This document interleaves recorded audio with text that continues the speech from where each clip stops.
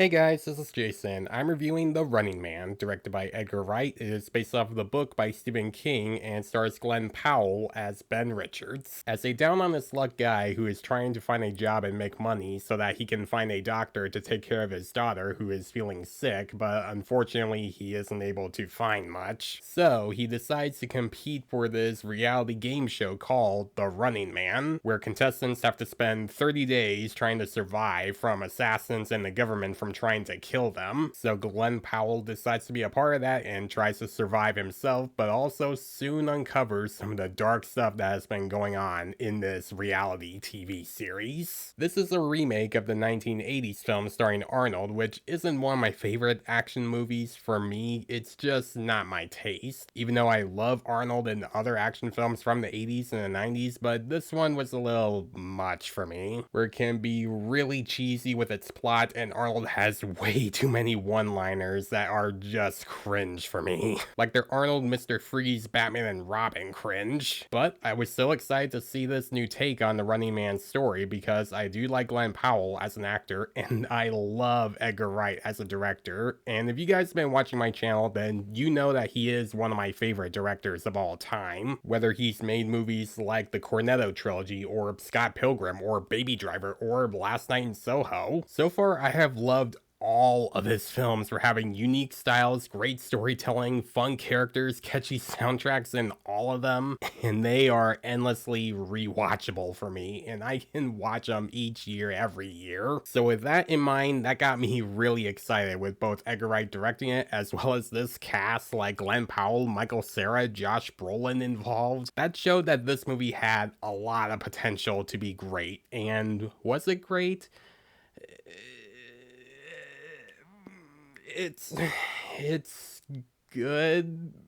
All right. Now I know I made it sound like I didn't enjoy this film, but I did. I do think it's a very fun time in the theater, but it's unfortunately not one of Edgar Wright's best films, and to be honest, I was kind of disappointed. But let me talk about the stuff that I liked first. Like Glen Powell is good in the film as a very unlikable character, but sympathetic because you do get to understand why he's acting that way, where he's dealing with a lot of issues with a lot of jobs that won't hire him, and he doesn't have a lot of money, and he can't afford to find a doctor to help heal his daughter. So he's going through a lot of stress and frustration when he's trying to help his daughter, so he decides to go to the Running Man as a desperate move, where he's also trying to hide from a lot of people that are trying to kill him, and you do see him figure out how he gets himself into pretty bad situations, like one whole scene where he's trying to get out of this high-rise motel and trying to get away from assassins that are trying to break into it, or when they find him in a different place where he has to find another place to get out of and wear a disguise so no one would recognize him. And the movie does do a good job getting you to care about Ben Richards and seeing how he gets himself out of terrible situations that he gets himself stuck in. And everyone else does a great job in this film, like Josh Brolin, Michael Cera, William H. Macy. Everyone in the acting does a great job here, especially Michael Cera.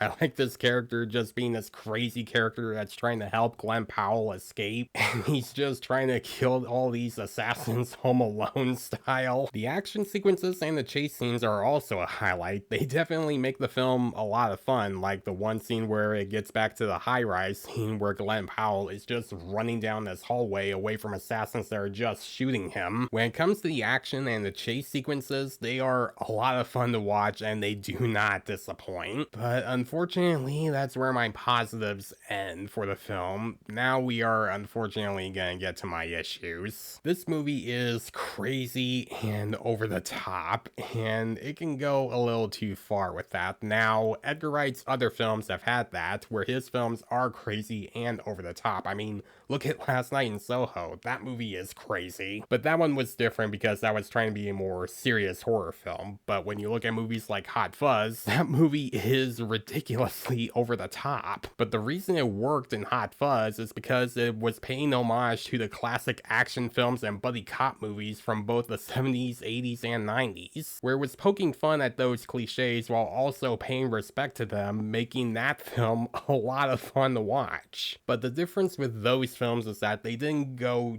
too far with the action being over the top and crazy, and it didn't go that far to use the humor and make that over the top like this movie did, where it would have so much stuff where characters are just doing crazy and over the top things that are supposed to be funny, like characters getting killed in messed up ways, or when you have characters that are just saying things really loud and just moving around like crazy, which can also ruin the tone that this movie goes for when it's trying to be serious in some scenes. Like, it'll have some scenes where it's supposed to be crazy and over the top and it's supposed to be funny, but then it gets ruined when someone important gets killed. And it's supposed to be a serious moment when that happens, and it kind of messes up the tone. So it shows that this movie doesn't always have a good balance of trying to mesh both the comedy side or the dramatic side. So when it comes to the pacing, the humor, and the tone, the movie doesn't have a good balance of that, which is something that I'm not used to saying with an Edgar Wright movie. This movie also at times feels like it's taking a detour to other places, where we see Glen Powell that's just trying to hide in other places just to lay low for a few days, and then later it will be ruined when someone would break into the house and try to kill him. And that can also be pretty repetitive, where that does happen a lot, where you would have moments where Glen Powell is trying to hide in one place and then assassins find him. He hides in another place and then assassins find him. He finds another place and assassins find him. It happens a lot, rinse and repeat. Which kind of leads me to another issue with this film. This movie is long. It's 2 hours and 13 minutes, and unfortunately you can feel it while watching it, which is something I don't usually say with an Edgar Wright film, because even when I'm watching one of his films that's like a little over 2 hours long, it still feels like it's fast paced and it's always got my attention and I never felt bored.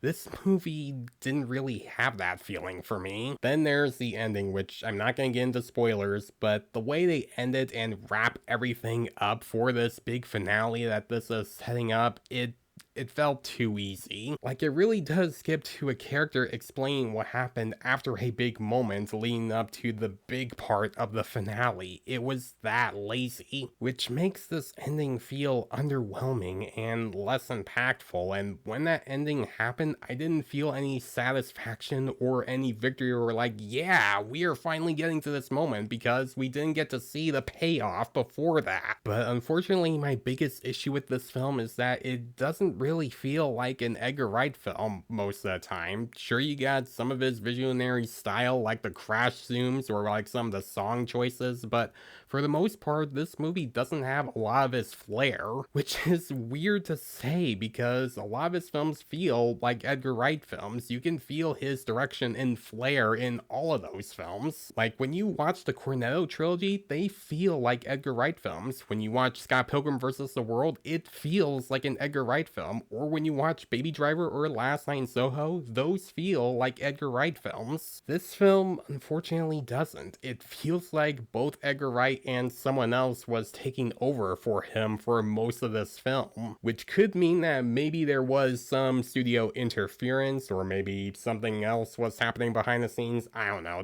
That's just the vibe I'm getting. Now again, I know it sounds like I'm trashing on this film, but I didn't hate this movie. It's still a fun watch in the theater for just the action sequences and Glen Powell's performance. It likes to go crazy and over the top, and granted, the original film was also over the top, but in a different type of way. And sure, if you look at it as an over the top action film and you just want to have it on and just have a fun time, then the movie's made for you. But unfortunately, comparing it to Edgar Wright's other films, this movie doesn't hold a candle compared to those films. And unfortunately, when it comes to all of Edgar Wright's films that he has made so far, this is unfortunately my least favorite of his, and I'm pretty bummed to say that. And trust me, I wanted to love it. I wanted to love this film and say it's one of the best movies of the year, but unfortunately, it's not. It's definitely one of the disappointing movies I've seen this year. Now again, it's not bad. I'm not saying this movie's awful. It's still worth watching, but for me, and comparing it to Edgar Wright's other films, it's disappointing. I'm gonna give The Running Man 2025 5 a C+.